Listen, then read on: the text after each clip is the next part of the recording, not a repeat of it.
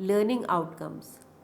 After studying this module, you shall be able to understand the concept of counseling at workplace, understand the attributes and phases of counseling in organizations, understand various roles and responsibilities of a workplace counselor, know about abilities, skills and qualities of a workplace counselor, learn about the different stages of counseling in an organizational setting.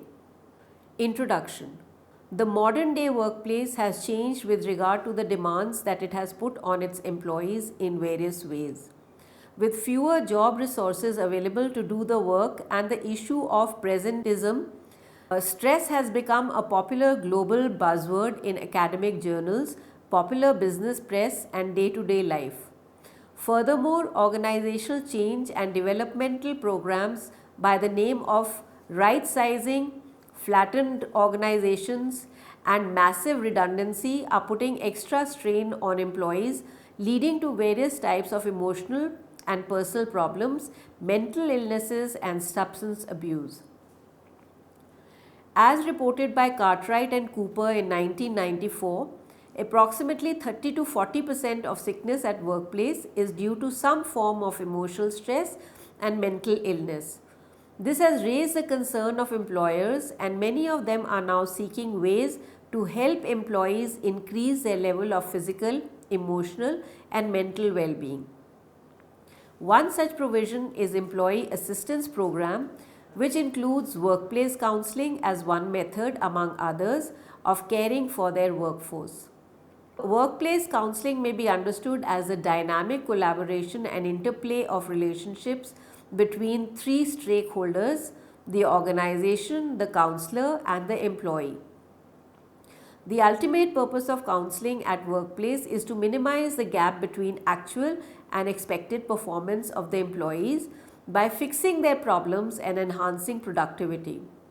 This module gives an introduction of the concept of workplace counseling. It outlines the characteristic features of counseling and discusses how the field plays an important role in the continuous development and professional growth of employees and organization. Further, it outlines various types of counseling relationships between various stakeholders and enlists many types of roles that a counselor has to play in an organizational setting.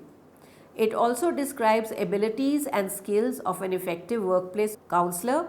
Finally, a 5-stage model of workplace counseling is explained that serves as a guide on how to conduct counseling at workplace.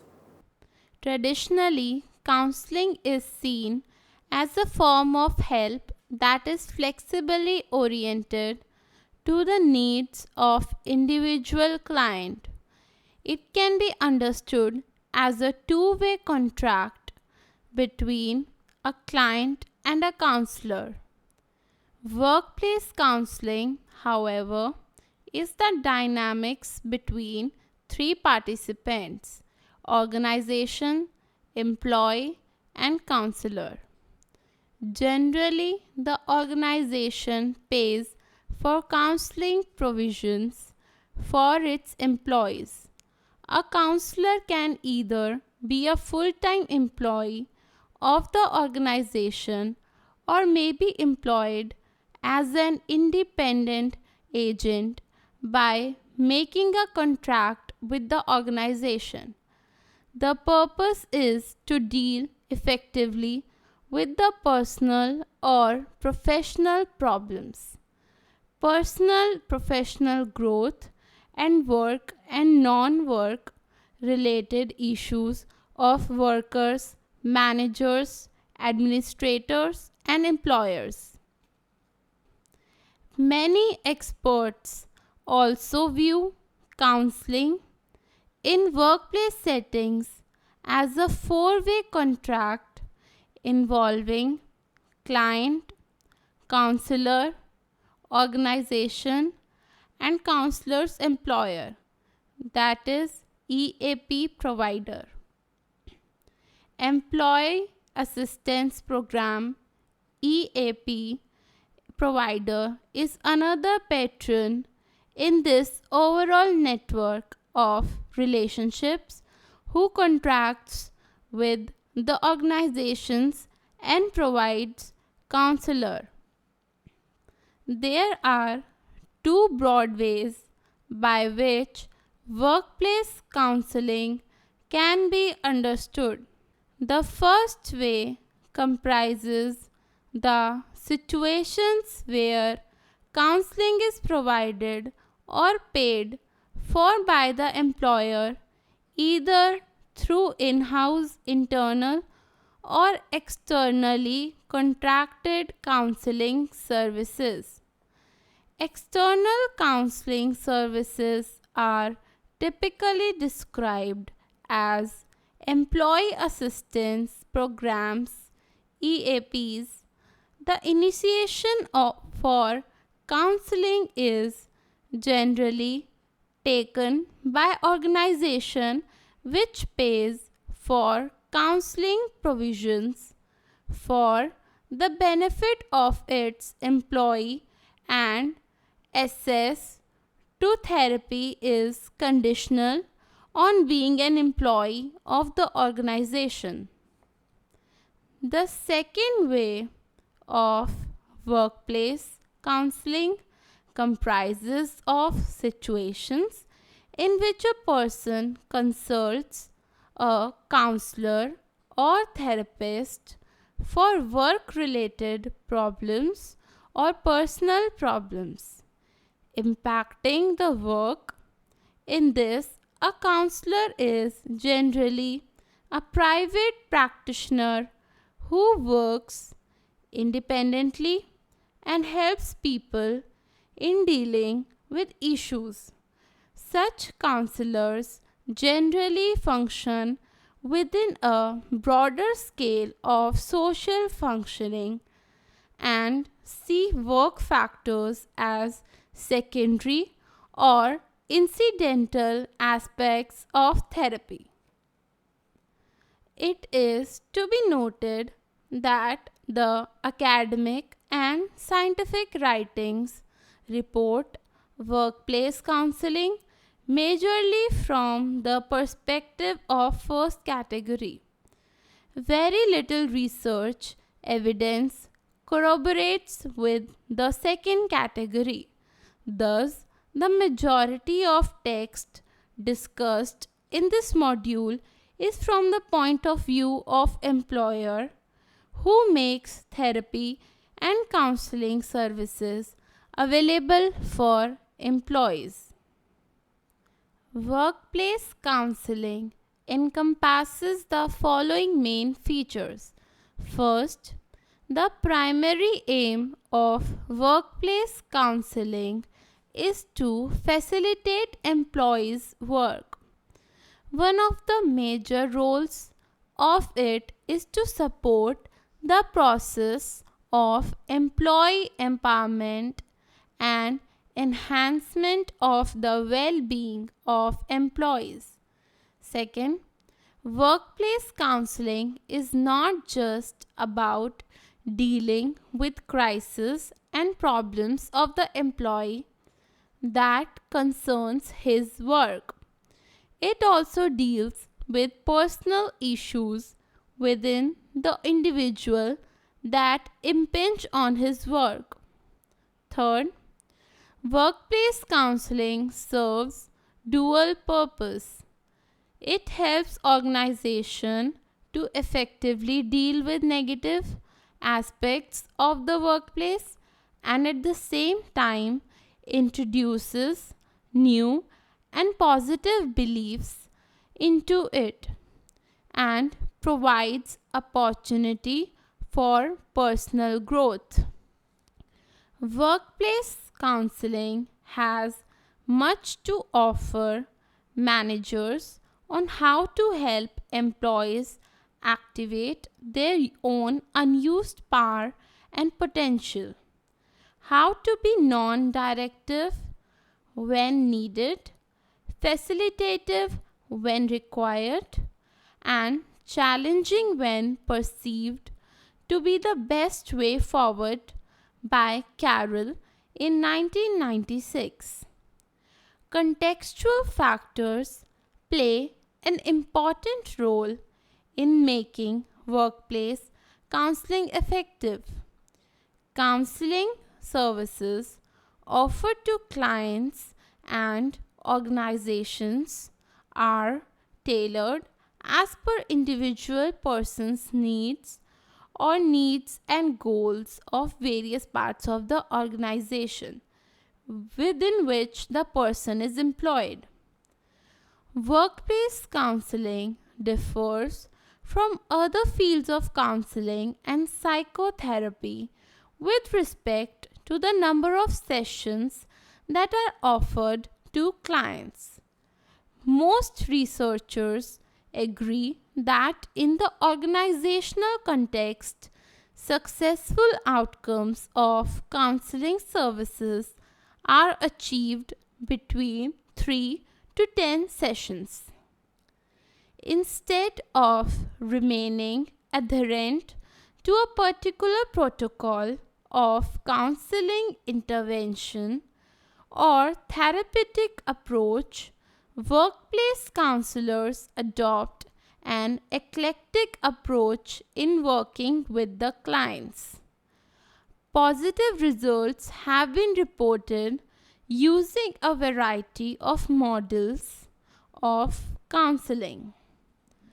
A counselor working in an organization setting has two clients, the organization and the employees. Thus, the goal of workplace counseling differs from the general counseling models as the counselor has to achieve win-win-win situations for all the three parties. Win for the individual client, win for the client organization, and win for himself. Employee counseling is not a uniform concept that can be understood with a single model applicable in diverse settings. It carries different meanings and has a number of phases, with each phase having its own features. Michael Carroll in 1996 reported 5 approaches of workplace counseling depending on the interface between organization, counselor, EAP provider, and clients or employees.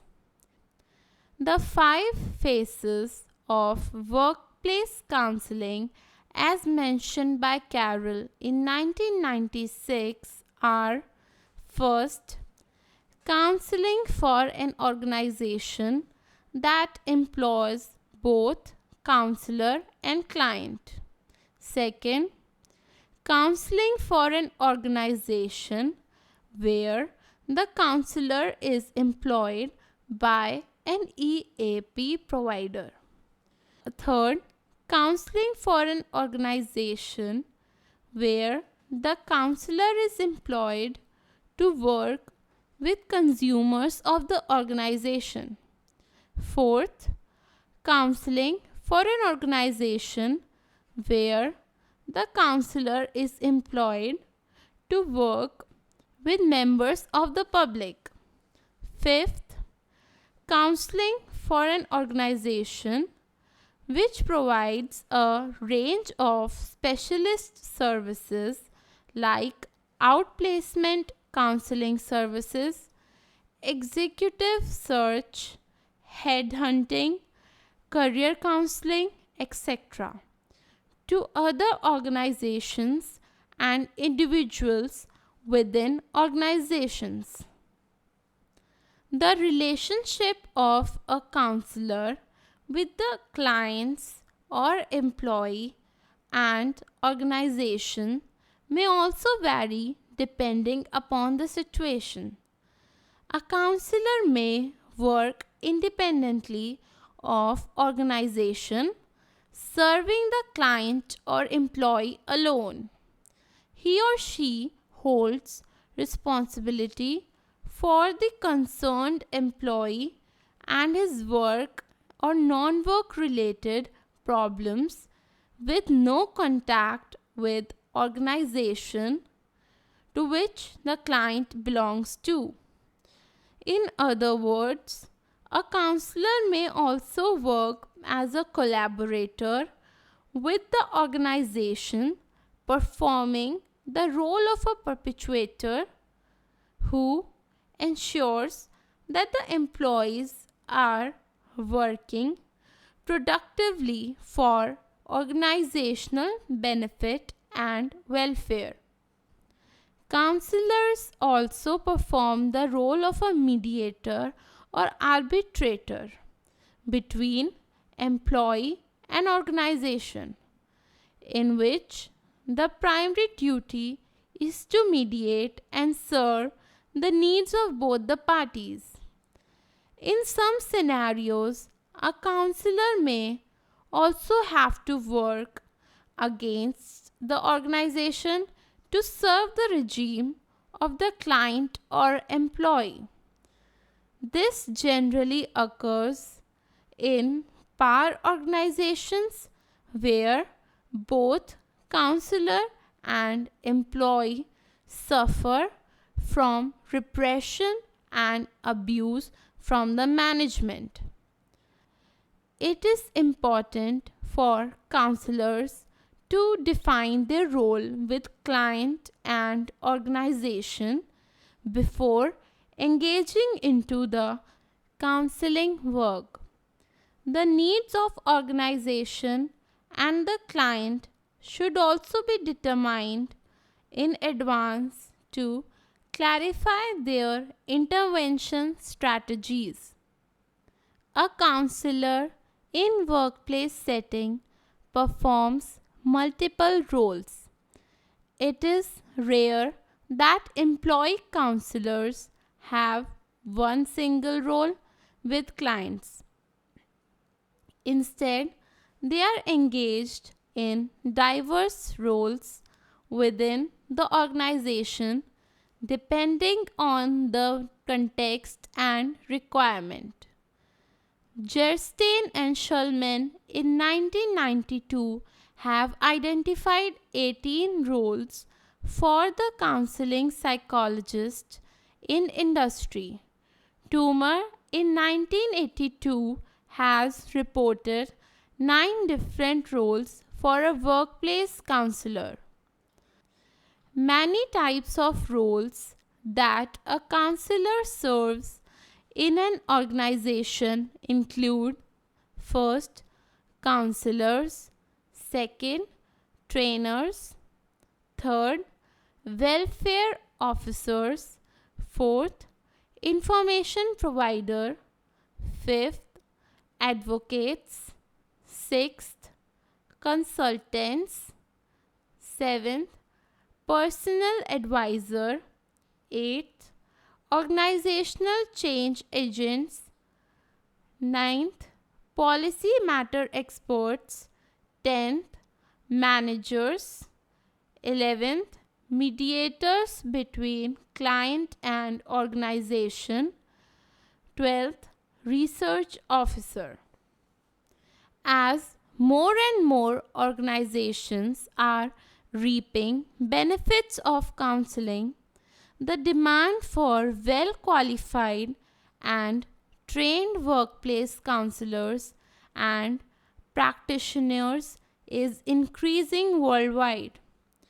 Presently, a handful of professionals are available in the field who have the wide range of skills necessary to help organizations.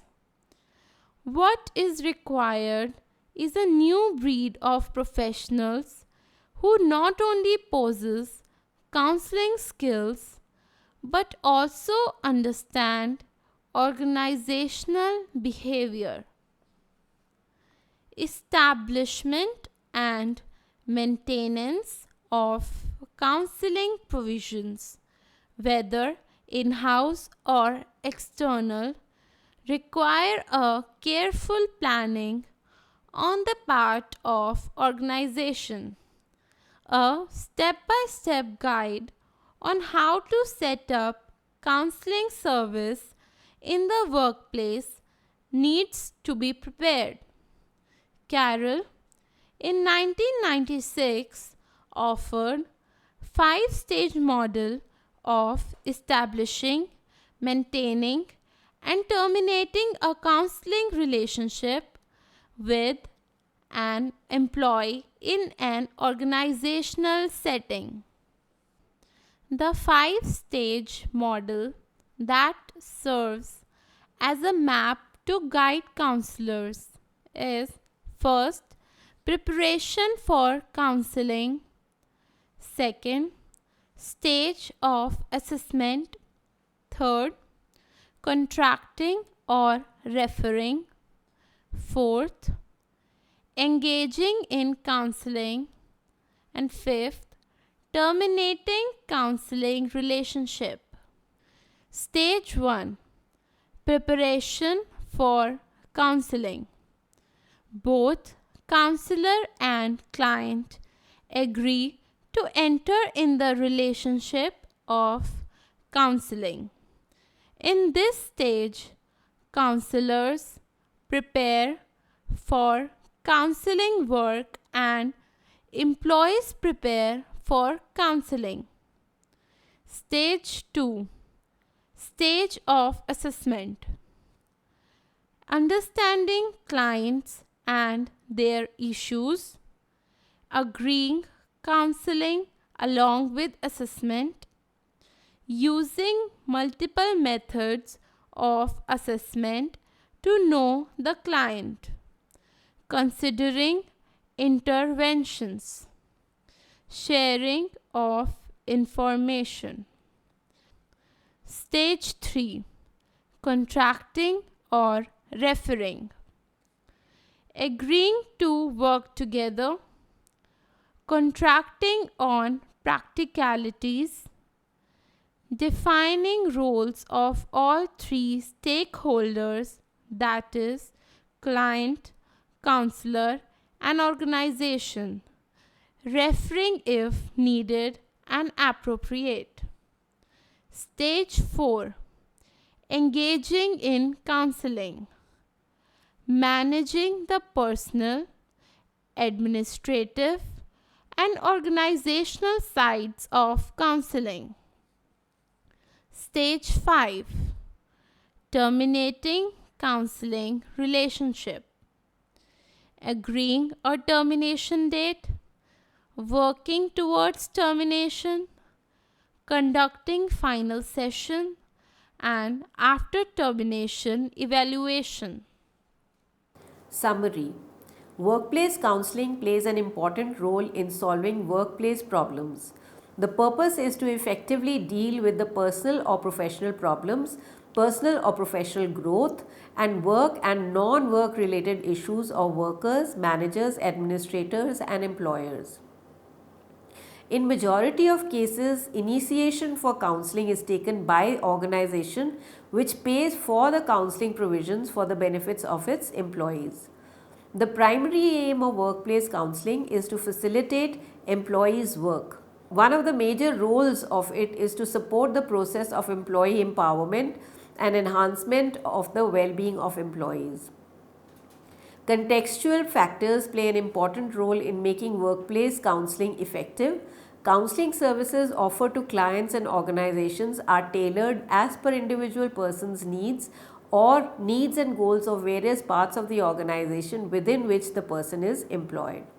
Michael Carroll, 1996, has reported 5 different approaches of workplace counseling depending on the interface between organization, counselor, EAP provider, and the clients. A counselor in workplace setting performs multiple roles like advocates, consultants, counselors, welfare officer, advisor, mediators, change agents, etc. A counselor should have essential skills and abilities to handle the pressure of both employees as well as the organization.